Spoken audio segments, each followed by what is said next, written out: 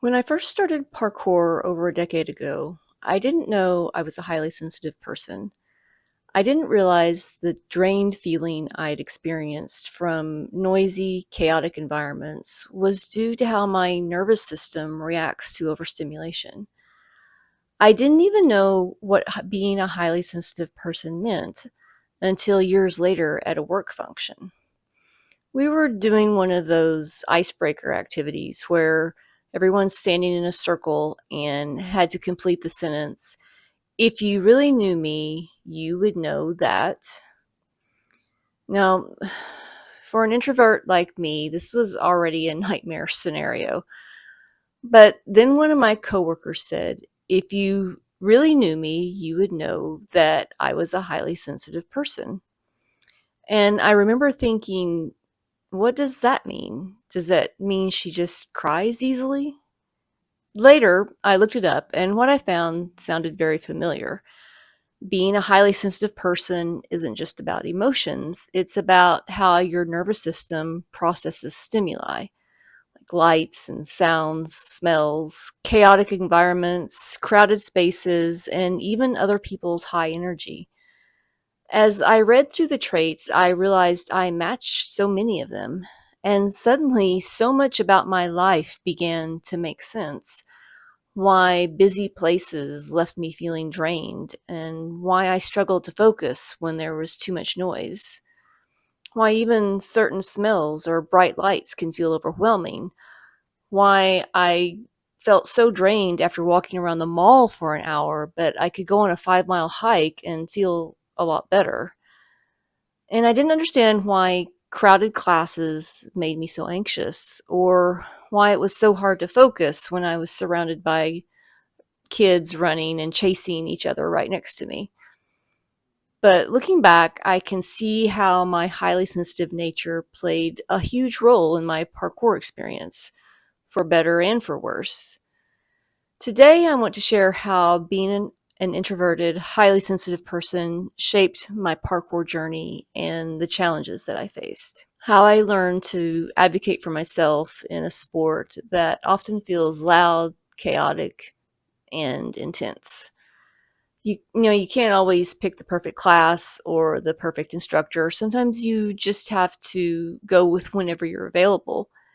And for me, that often meant crowded classes, often filled with rowdy kids, especially in the beginning when parkour was still pretty new. Now, adult classes are usually better. They're calmer, they're quieter, and those classes are the ones I mostly take now.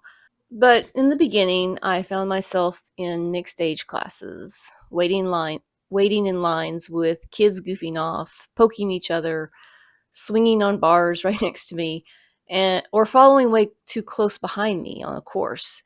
It felt like I was being chased, and oftentimes while I was on a small ledge 10 feet in the air. And it made me really anxious and was hard to concentrate. Sometimes I'd have to ask the kids to back up or give me space, and that was hard for me. I didn't want to come across as bossy or mean, but the anxiety of having someone right behind me, especially when I'm trying to focus on something that required all my attention, was overwhelming.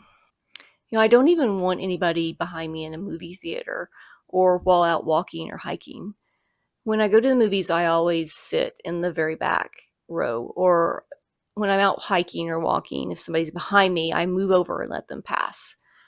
Now, this hypervigilance may have served me well in the caveman days, but it can be really annoying today. Then there were the times I felt completely invisible. Kids would cut in front of me, seemingly not even noticing that I was there. At first, I thought I was overreacting. It didn't seem to bother the other adults in the class, but now I realize it bothered me partly because of my highly sensitive nature. My brain was processing every sound, every movement, every potential risk, and it was exhausting. During open gyms, I struggled with something else, and that was taking up space. I think a lot of women, whether they're highly sensitive or not, struggle with this, whether it's in a parkour gym or any gym or any male-dominated activity, really. I'd find an area to work, like a rail, a vault, a quiet corner somewhere, and I would start training. And, it took a lot of time for me to build up the courage just to even show up at an open gym. I felt unsure of what to work on, insecure, out of place. I was often there on my own, and it just felt weird. It was a completely different vibe than a class. But when I finally started working on something, almost every time, a group of guys or kids would show up and take over the space. At first, I'd just leave, but then it just seemed like they'd follow me around. I'd convince myself that they deserved the space more because they were better or because there were more of them, or maybe I was just too embarrassed to stand up for myself. It took me a long time to realize that my training was just as valid as anyone else's, and I had to learn that it was okay to advocate for myself. Now, if someone tries to take over a space I'm using, I'll offer to share, but I also say, I'm using this right now. You can join in and you can move it when I'm done. And if someone keeps causing an issue, I'm not afraid to go to an instructor or management to address it. I don't like doing it, but I will. That comes with years of being there and being familiar with the people that work there and the people that take the classes and are in the open gym. Learning to take up space and to set boundaries and to remind myself that I belong here has been one of the most valuable lessons I've taken from parkour.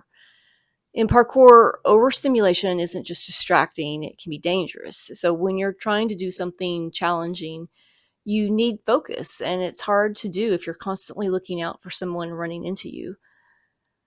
But even when the environment is not chaotic, certain challenges cause a different kind of anxiety. Looking back, I think this is why it took me so long to recover from parkour classes in the beginning.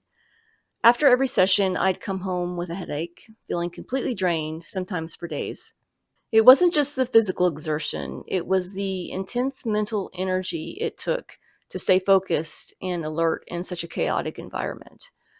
My nervous system was on high alert the entire time. But over time, I started to adjust. I became better about managing the overstimulation, pacing myself, and recognizing when I needed breaks. The recovery periods got shorter, and parkour started to feel less like an overwhelming battle with my environment and more like something I could truly enjoy. Now, I've always had a healthy fear of heights. I will go up on high places, like when I'm out hiking or at parkour, but I get really nervous and anxious. And this was much more pronounced when I first started parkour. I didn't like being on the high walls. I also don't have great balance. I struggle with balancing on beams or rails when other people make it look effortless. I have gotten better over the years, but it's still something I really struggle with to this day. When the class lesson calls for balancing on something up high, that can really freak me out. There have been times I was so anxious, I was shaking uncontrollably, and of course, the shaking made it even more dangerous and more scary. Even if the beam I was walking on was something I could easily do on the ground, the height made it mentally more challenging. There have been many times in class when I just said, "No, I'm not doing that. Maybe someday, but not today." And then there were other times when I would go up and I would look at it and then climb back down. Eventually, I usually try it and then I realize I can do it and it isn't so scary anymore.